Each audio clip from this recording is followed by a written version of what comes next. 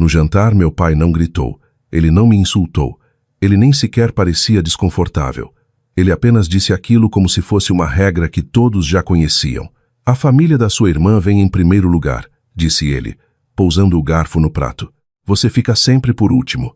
Minha irmã deu um sorrisinho de canto de boca, não de surpresa, nem de vergonha, mas de alívio. A sala ficou em silêncio, e senti todos os olhares deslizarem na minha direção, esperando pela velha versão de mim, aquela que ria para disfarçar, que pagava a conta, aquela que consertava tudo. Eu não chorei, eu não discuti.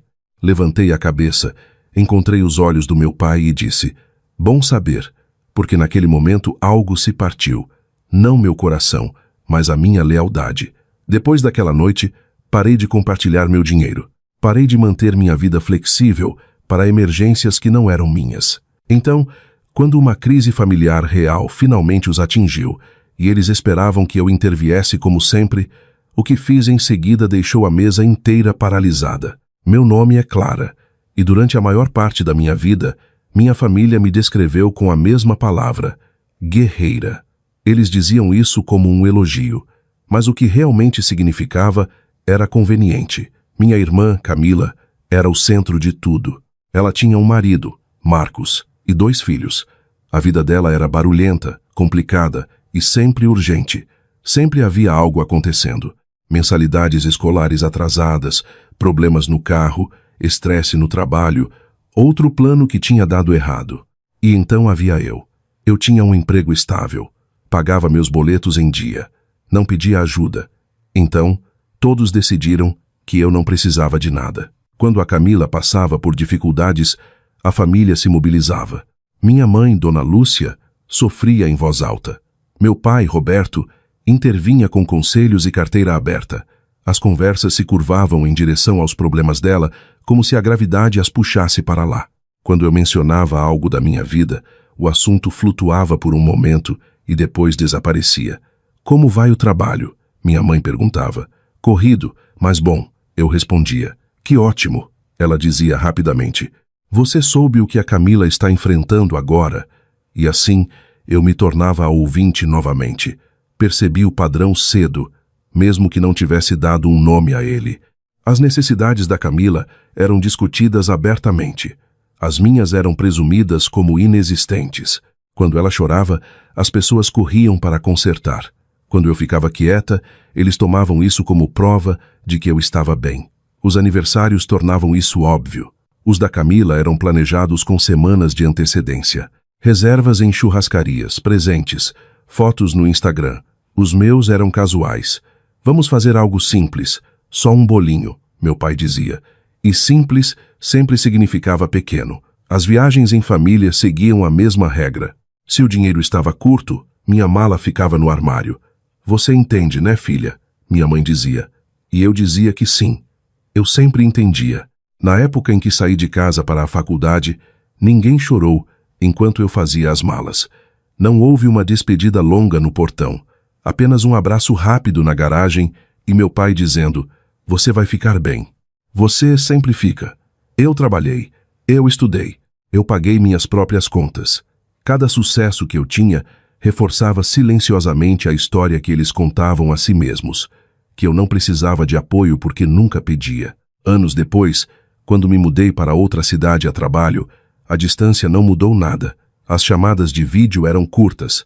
As atualizações sobre minha vida eram reconhecidas, depois redirecionadas de volta para a Camila.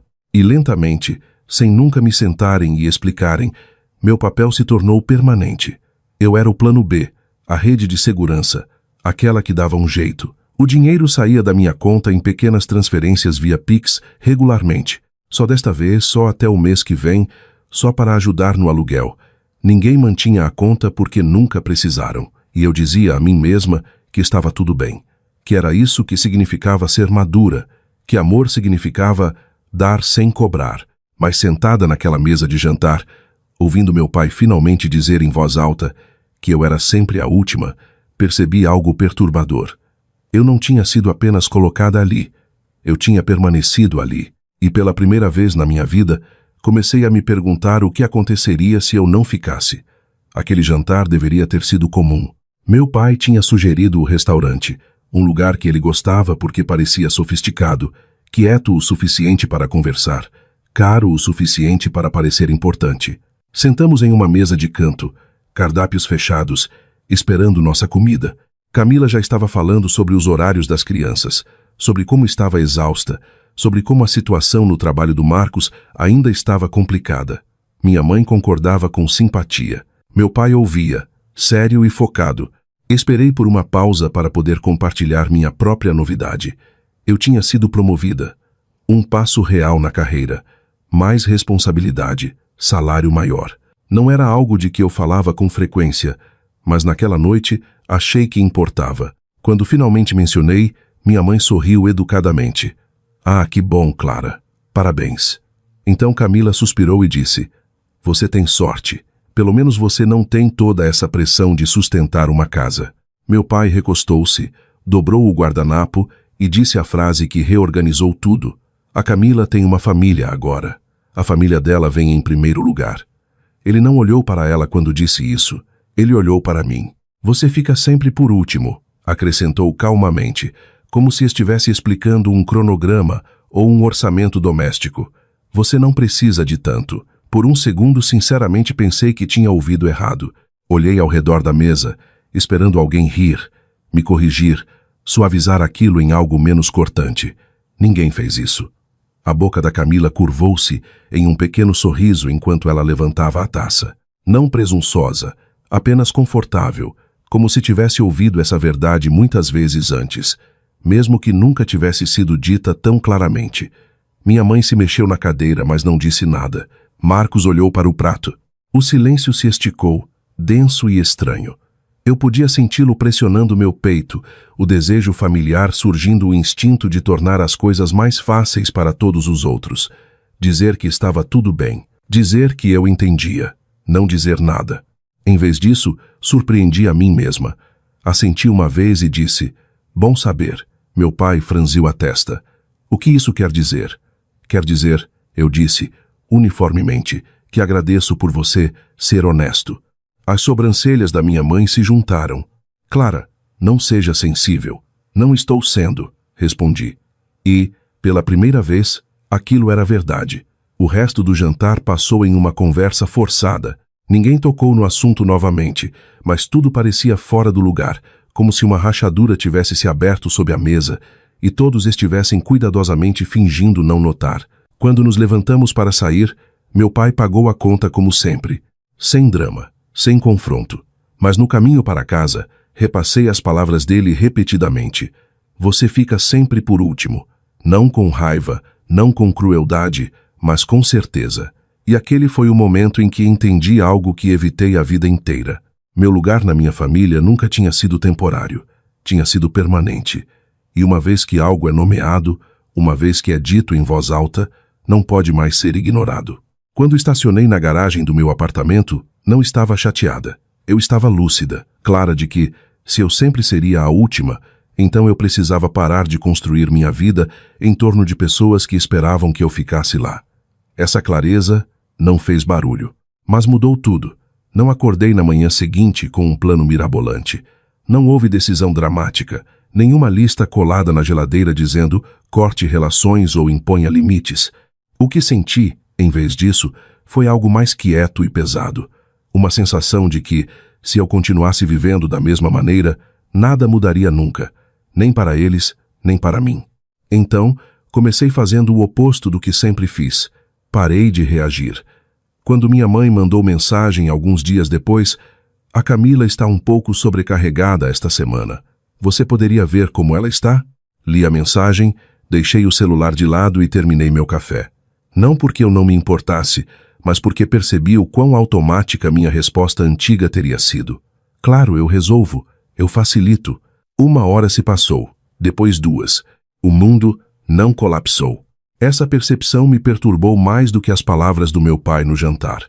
Eu tinha passado anos acreditando que, se não interviesse imediatamente, algo terrível aconteceria. Mas nada aconteceu. Nenhuma emergência, nenhuma catástrofe. Apenas silêncio. Nas semanas seguintes, fiz pequenas mudanças práticas, silenciosas, do tipo que ninguém nota até que importem. Abri novas contas bancárias apenas em meu nome. Movi minhas economias. Cancelei acessos compartilhados e cartões adicionais que nunca tinha questionado antes. Parecia estranho, quase sorrateiro, embora fosse o meu dinheiro. Eu continuava esperando a culpa me atingir como uma onda. Em vez disso, o que senti foi alívio. Não empolgação, alívio, como se eu tivesse prendido a respiração por anos sem perceber. Os pedidos não pararam imediatamente. Eles apenas mudaram. Camila mandou mensagem tarde da noite. Ei, nosso boleto venceu e o pagamento voltou. Você pode nos salvar com um Pix até sexta? Ela adicionou um emoji rindo, como se não fosse grande coisa. Encarei a mensagem por um longo tempo. No passado, eu já estaria abrindo o aplicativo do banco. Desta vez, digitei 3 palavras e enviei antes que pudesse pensar demais. Não posso agora. Sem explicação, sem desculpas. A resposta dela veio rapidamente. Ah, ok. Nada mais. Minha mãe ligou no dia seguinte. Você tem estado meio quieta ultimamente, disse ela cuidadosamente. Está tudo bem? Ah, sim, respondi. E estava. Houve uma pausa na linha, o tipo que significava que ela estava esperando por mais por garantia, por uma razão, para que eu suavizasse qualquer desconforto que meu silêncio tivesse criado. Quando nada veio, ela mesma preencheu o espaço. Sabe, a Camila está sob muita pressão, acrescentou gentilmente. Eu sei, eu disse. E foi isso. Não ofereci soluções. Não me ofereci para pagar nada. Não prometi resolver nada. Terminar a ligação pareceu errado, como se eu estivesse quebrando uma regra não dita. Mas também pareceu honesto. Pela primeira vez, eu não estava interpretando meu papel. Eu estava apenas existindo. Com o tempo, comecei a ver o quanto da minha vida tinha sido moldada em torno de estar disponível. Eu mantinha minha agenda flexível apenas para o caso de... Eu evitava planos de longo prazo. Hesitava antes de dizer sim a oportunidades que poderiam me levar para mais longe, física ou emocionalmente. Até no trabalho, eu tinha caído no mesmo padrão. Assumia responsabilidades extras silenciosamente. Resolvia problemas nos bastidores. Garantia que tudo funcionasse sem pedir crédito. Ser confiável tinha se tornado minha identidade inteira, e eu estava cansada. Uma noite, sentada sozinha no meu apartamento, abri meu laptop e revisei minhas finanças, não para calcular o que eu podia dar, mas para ver o que eu tinha. Pela primeira vez, me permiti imaginar um futuro que não incluísse resgatar ninguém. Viagens, segurança, descanso. A ideia parecia quase egoísta, e então percebi o quão profundamente essa crença tinha sido ensinada a mim. Que se importar significava sacrificar, que o amor exigia inconveniência, que ser a última era prova de maturidade. Mas, e se não fosse? E se ser a última não fosse uma virtude, mas um hábito com o qual todos tinham ficado confortáveis? Eu não confrontei ninguém, não me expliquei, não fiz anúncios. Apenas parei de deixar espaço na minha vida para emergências que não eram minhas. E, lentamente, pude sentir o equilíbrio mudando. Não externamente nada dramático tinha acontecido ainda, mas internamente algo havia mudado. Eu não estava mais parada no mesmo lugar, esperando ser chamada. Eu estava recuando, observando, prestando atenção. E eu não tinha ideia de quão cedo minha família notaria, ou quão rápido eles testariam se eu estava falando sério desta vez. A ligação veio numa tarde de terça-feira, logo quando eu estava fechando meu laptop depois de uma longa reunião.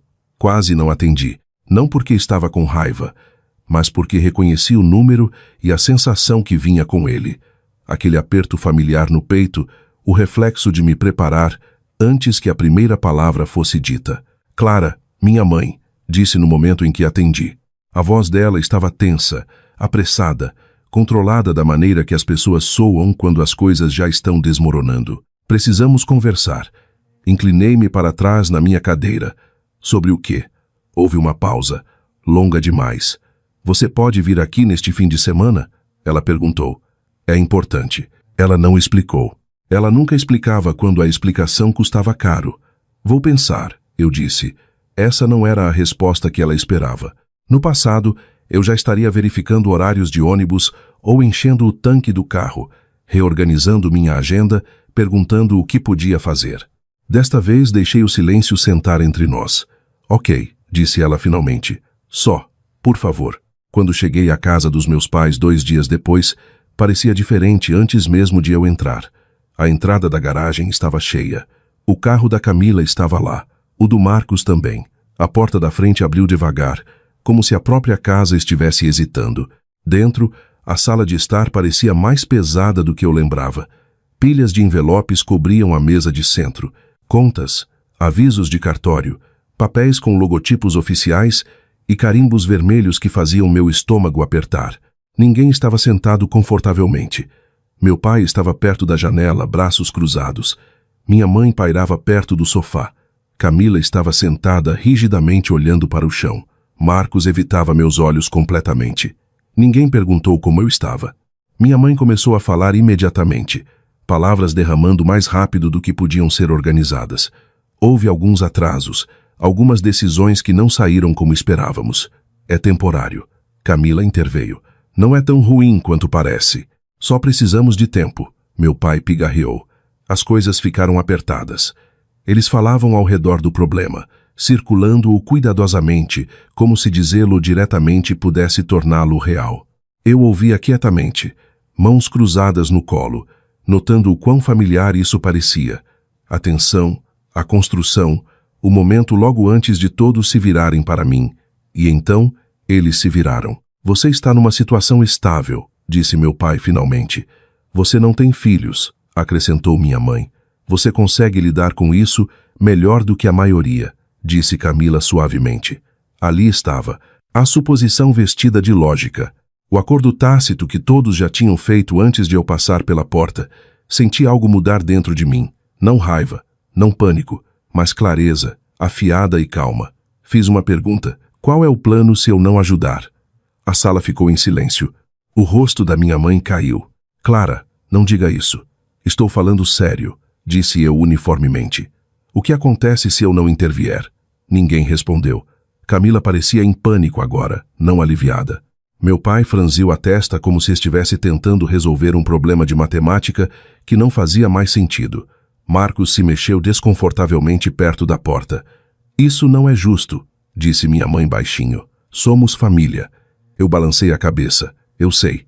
E pela primeira vez, saber disso não significa automaticamente me sacrificar. Levantei-me. Preciso de tempo, eu disse, para entender tudo. Eles assentiram rápido demais. Gratos, certos de que tempo significava que eu estava calculando quanto poderia dar. Enquanto eu dirigia para longe naquela noite, a casa encolhendo no meu retrovisor, percebi algo inquietante. Eles não estavam com medo de perder tudo. Eles estavam com medo de me perder como a solução. E pela primeira vez na minha vida, não corri de volta para tranquilizá-los. Deixei-os sentar com isso, porque o que acontecesse a seguir provaria se eu ainda era a última ou se tinha finalmente saído da fila inteiramente. Não dormi naquela noite. Deitada no meu quarto de infância, olhando para o teto que eu tinha memorizado anos atrás, senti uma estranha mistura de emoções, tristeza, raiva e algo mais firme por baixo de tudo. Determinação. Não do tipo barulhento. O tipo que se instala quando você finalmente para de discutir consigo mesma. Pela primeira vez, admiti a verdade que vinha evitando. Eu não estava sendo convidada a ajudar, eu estava sendo intimada a resgatar. De manhã, eu sabia que não podia voltar àquela casa da mesma maneira que sempre fiz de mãos vazias, exceto por garantias, pronta para absorver o dano para que todos os outros pudessem respirar novamente. Em vez disso, marquei 2 compromissos, um com um terapeuta, outro com um advogado. Eu precisava de clareza, não de conforto. Quando voltei no fim de semana seguinte, a casa parecia diferente, mais quieta, tensa. As contas ainda estavam lá, mas agora estavam empilhadas ordenadamente, como se a organização sozinha pudesse torná-las menos assustadoras. Meus pais já estavam sentados à mesa, Camila sentada ao lado deles, mãos cerradas no colo. Marcos pairava perto da porta, como se não tivesse certeza se pertencia à sala onde o futuro estava prestes a ser decidido. Ninguém sorriu quando entrei. Minha mãe falou primeiro, sua voz suave daquela maneira cuidadosa que reconheci instantaneamente. Estamos muito felizes que você veio. Sentei-me devagar e coloquei minha bolsa aos meus pés. Vamos conversar. Meu pai lançou-se em explicações. Mudanças de mercado, timing ruim, decisões tomadas com otimismo e sem margem de erro suficiente. Ele falava como um homem apresentando um caso que esperava vencer pela confiança. Camila concordava, acrescentando detalhes sobre estresse, sobre as crianças, sobre como nada disso deveria ter acontecido. Eventualmente, as palavras acabaram. Foi quando minha mãe se inclinou para a frente. Só precisamos de ajuda para passar por essa parte, disse ela. Uma vez que as coisas estabilizem. Quanto? Perguntei. A pergunta aterrissou pesada. Meu pai hesitou. Minha mãe piscou. Camila inalou bruscamente e então disse um número. Ela disse com cuidado, como se a maneira como falasse pudesse fazê-lo soar menor. Eu assenti lentamente. E depois disso, qual é o plano? Meu pai franziu a testa. O que você quer dizer? Quero dizer, falei calmamente. O que muda para que isso não aconteça de novo? O ar mudou. Clara, disse minha mãe, sua voz ficando tensa. Não é hora de nos interrogar. Eu balancei a cabeça. Então não é hora de eu assinar um cheque. Camila endireitou-se. Somos família. Isso não é sobre planos. É sobre ajudar. Ajudar a quem? Perguntei. Ela olhou para mim como se a resposta fosse óbvia. A nós. Olhei ao redor da mesa. E quem está me ajudando? Ninguém falou. Meu pai se inclinou para a frente, cotovelos nos joelhos. Você está em uma posição diferente, disse ele. Você é solteira. Você é estável. Você pode se dar ao luxo de intervir. Ali estava. A lógica que ouvi minha vida inteira. Eu posso me dar ao luxo de intervir, disse cuidadosamente. Porque passei anos construindo minha vida como se ninguém nunca fosse me segurar se eu caísse. Os olhos da minha mãe se encheram de lágrimas. Não sabíamos que você se sentia assim. Encontrei o olhar dela. Vocês sabiam. Só não achavam que importava. O silêncio que se seguiu não foi confusão. Foi desconforto. Tirei uma pasta da minha bolsa e a deslizei sobre a mesa entre nós. O movimento foi deliberado. Todos os olhos a seguiram. Isto é o que estou disposta a fazer, disse eu. E é assim que vai funcionar. Meu pai abriu a pasta, examinando a primeira página, depois a segunda. Seu maxilar se apertou. Minha mãe se inclinou sobre o ombro dele. O rosto de Camila perdeu a cor. Isso é um empréstimo, disse meu pai secamente. Sim, respondi com termos claros. Camila balançou a cabeça. Por que existem condições? Porque isso não é uma doação de emergência, eu disse. É ajuda estruturada. A voz da minha mãe tremeu. Você não confia em nós. Eu confio em padrões, disse calmamente. E esse padrão tem estado em vigor minha vida inteira. Expliquei os termos devagar. Ativos vendidos antes que qualquer dinheiro mudasse de mãos. Gastos documentados, sem novos compromissos financeiros, sem prova de sustentabilidade. Terapia familiar obrigatória. Um acordo por escrito protegendo meu crédito, meu nome e meu futuro. Meu pai empurrou a pasta para longe. Isso é frio, disse ele. É assim que os bancos tratam as pessoas. Eu assenti uma vez.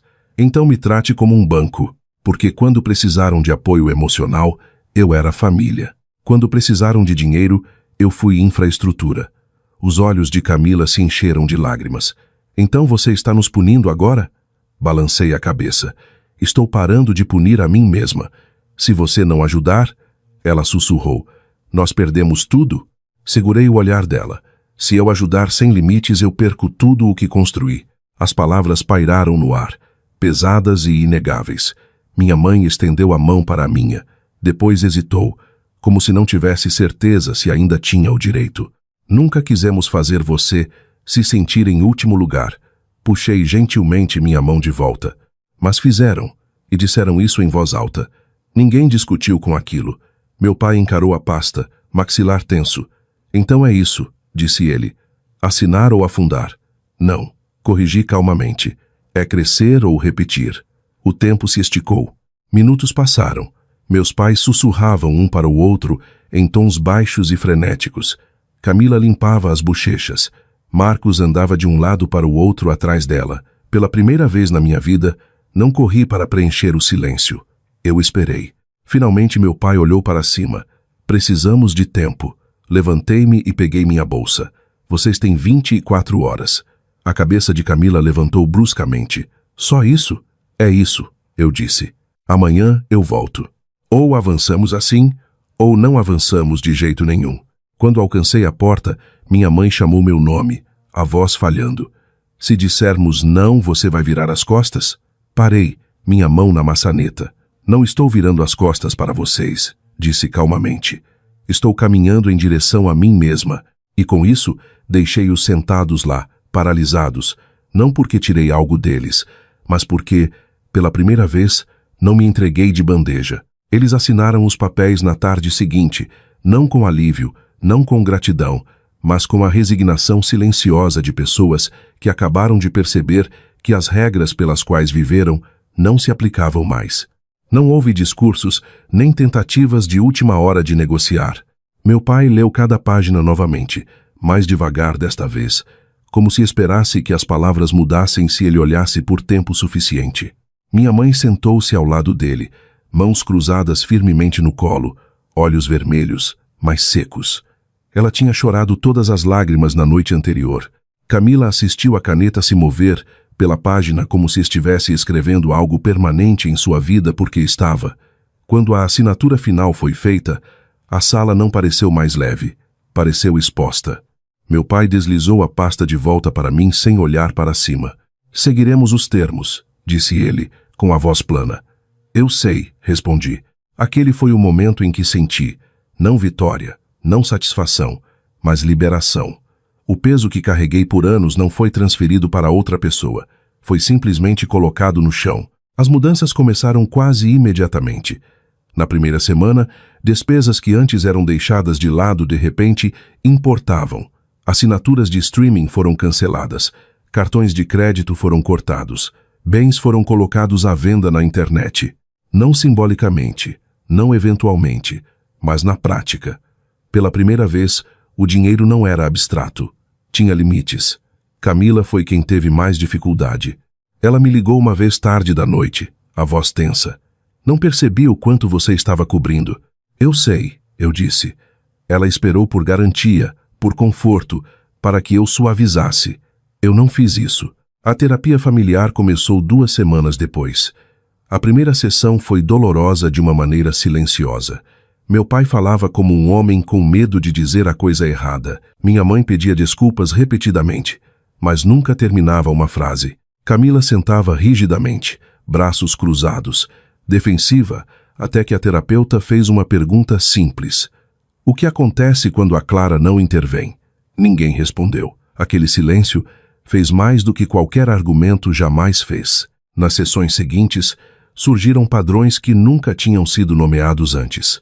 Como o "a Clara está bem" tinha se tornado uma desculpa. Como minha independência tinha sido confundida com capacidade infinita. Como ser a confiável tinha apagado lentamente meu direito de precisar de qualquer coisa. Eu ouvia mais do que falava, não porque tinha perdoado tudo, mas porque não precisava mais ser ouvida para me sentir real. Fora das sessões, a vida se ajustou. Marcos encontrou trabalho, não porque as coisas melhoraram de repente, mas porque não havia mais um colchão macio embaixo dele. Meus pais reduziram suas expectativas antes de reduzirem qualquer outra coisa, e só isso mudou cada conversa. Eles pararam de ligar com urgência, pararam de insinuar, pararam de presumir. Quando minha mãe perguntava como eu estava, ela esperava pela resposta. Quando meu pai falava comigo, escolhia as palavras com cuidado. E Camila? Camila olhava para mim de forma diferente agora. Não com superioridade, não com expectativa, mas com incerteza. Pela primeira vez, eu não era a rede de segurança estendida silenciosamente sob a vida de todos os outros. Eu estava pisando no meu próprio chão. E enquanto a família não estava curada, não totalmente, não limpamente, ela estava sendo honesta de uma maneira que nunca tinha sido antes. O custo dessa honestidade foi alto, mas foi finalmente compartilhado. Quando voltei para o meu apartamento, o silêncio parecia diferente. Não vazio, não solitário, mas descarregado. Por anos, o silêncio me deixava ansiosa. Silêncio significava que alguém podia precisar de algo, e eu não estava respondendo rápido o suficiente. Significava que um problema podia estar se formando em algum lugar sem mim, lá para suavizar. Agora o silêncio parecia merecido. Dormi a noite toda pela primeira vez em meses. Meu celular ficou virado para baixo na mesa de cabeceira. E quando vibrou, meu peito não apertou automaticamente. Eu não estava mais me preparando para o impacto. Eu não estava calculando o quanto me custaria ser necessária. O trabalho mudou também. Parei de me voluntariar para responsabilidades extras que não eram minhas. Pedi clareza, em vez de absorver o caos. Quando meu gerente me agradeceu por vestir a camisa, eu disse: gostaria que isso fosse refletido no meu cargo. As palavras surpreenderam a nós dois, mas ficaram. Planejei coisas sem checar o calendário de ninguém, mais viagens que adiei por anos. Fins de semana que pertenciam apenas a mim. Metas que não incluíam uma estratégia de saída caso outra pessoa desmoronasse. Quando minha mãe ligava agora, era diferente. Como você está, de verdade? Ela perguntava. Uma noite eu contei a ela, e ela ouviu sem redirecionar a conversa, sem adicionar o estresse da Camila como contexto. Camila mandava fotos das crianças, sem legendas sobre dinheiro, sem dicas silenciosas, apenas fotos. Uma vez ela acrescentou: estamos nos virando. Eu acreditei nela. A maior mudança não foi a deles, no entanto. Foi a minha. Parei de me sentir responsável por manter a ilusão de que tudo estava bem. Não corri para suavizar desconfortos ou preencher o silêncio com garantias. Deixei as pessoas lidarem com as consequências de suas escolhas, mesmo quando era desconfortável assistir. Percebi algo que levei muito tempo para aprender. Ser gentil não significa estar disponível às suas próprias custas. Ser forte não significa ser infinitamente flexível. E ser família não significa ser sacrificada. Uma noite, sentada sozinha com uma xícara de chá, me peguei sorrindo. Não porque algo bom tinha acontecido, mas porque nada ruim tinha. Pela primeira vez na minha vida, eu não estava esperando ser escolhida. Eu já tinha escolhido a mim mesma. E essa escolha não me tornou menor. Ela me tornou livre. Por muito tempo, acreditei que ser a última era um desafio.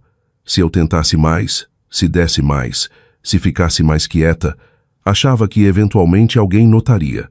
Eu estava errada. Ser a última nunca foi uma posição pela qual valesse a pena lutar. Era um sinal, um que ignorei por anos, de que eu estava parada em um lugar que estava lentamente me apagando. O que mudou minha vida não foi raiva, não foi vingança, foi clareza. O momento em que meu pai disse em voz alta: você fica sempre por último. Ele não me insultou, ele me libertou. Porque uma vez que a verdade foi dita, eu não precisava mais fingir que a tinha entendido errado.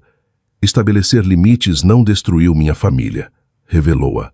Mostrou-me quem ficava desconfortável quando as regras mudavam, quem respeitava a estrutura, quem só se sentia próximo de mim quando eu era útil.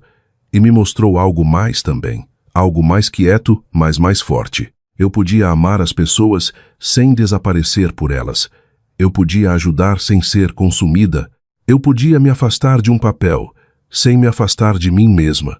Se você está ouvindo isso e algo parece familiar, se você sempre foi aquela que resolve, aquela que paga, conserta, absorve, perdoa, quero que saiba disto. Você não precisa de permissão para proteger seu futuro. Você não precisa ser escolhida para ter valor. E você não deve sua vida a pessoas que só te veem quando precisam de você. Às vezes, a coisa mais poderosa que você pode dizer não é algo alto, é calmo, é final. E soa assim: bom saber.